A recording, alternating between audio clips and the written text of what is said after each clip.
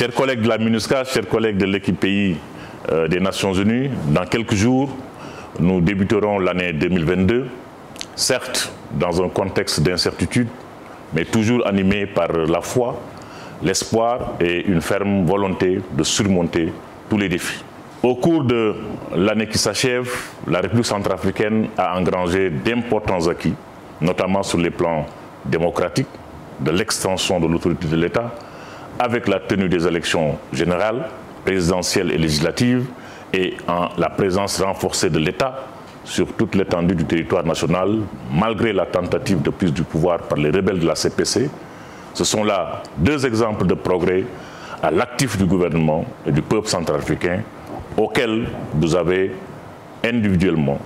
et collectivement contribué en tant que personnel de la MINUSCA et personnel des Nations Unies en RCA. Je tiens à remercier et à féliciter chacun d'entre vous pour les sacrifices, le professionnalisme et le dévouement démontrés dans l'accomplissement de vos tâches, en dépit de nombreuses difficultés qui ont jonché notre parcours cette année, y compris le contexte inédit de la Covid-19. Je m'incline devant la mémoire de nos collègues tombés sur le front, au nom de la paix en RCA et de tous ceux qui nous ont quittés cette année. 2022 sera une année de défis, à commencer par la pandémie de la Covid-19, plus que jamais menaçante. Elle exigera de chacun d'entre nous le strict respect des mesures barrières ainsi que la vaccination. La vaccination, la vaccination. La Covid-19 nous imposera certainement une révision de notre façon de travailler, tout en s'assurant que cela n'aura pas d'impact sur l'exécution de notre mandat. La reprise ces dernières semaines des attaques perpétrées par certains groupes armés signataires de l'accord de paix est également un motif de grande inquiétude, avec notamment l'apparition d'engins explosifs improvisés. Nous entrons en 2022 avec un nouveau mandat du Conseil de sécurité des Nations Unies à travers la résolution 2605 du 12 novembre 2021, avec un ensemble de tâches complexes au cœur desquelles se trouve la protection des civils ainsi que d'autres activités qui nous sont demandées par le Conseil. Parmi elles, le soutien continu aux autorités centrafricaines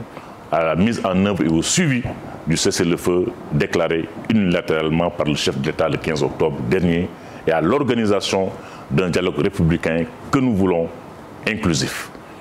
Avec le soutien du quartier général à New York, la MINUSCA disposera également de moyens supplémentaires pour la force et pour la police, dont les effectifs seront sensiblement augmentés conformément à la résolution 2566 du Conseil de sécurité.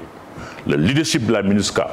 sait qu'il pourra toujours compter sur la contribution de chacun d'entre vous pour exécuter le mandat en appui aux autorités centrafricaines et au peuple centrafricain,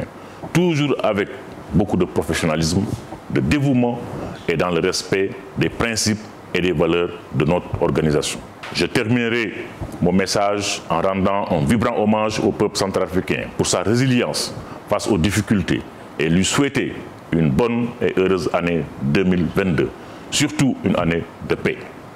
Avec le gouvernement, sous le leadership du président Touadéra, engagé au service de la paix et avec tous les partenaires de la RCA, nous continuerons à travailler pour un retour rapide de la paix afin que la République centrafricaine puisse retrouver la sécurité et la stabilité et s'engager sur la voie du développement. Joyeux Noël,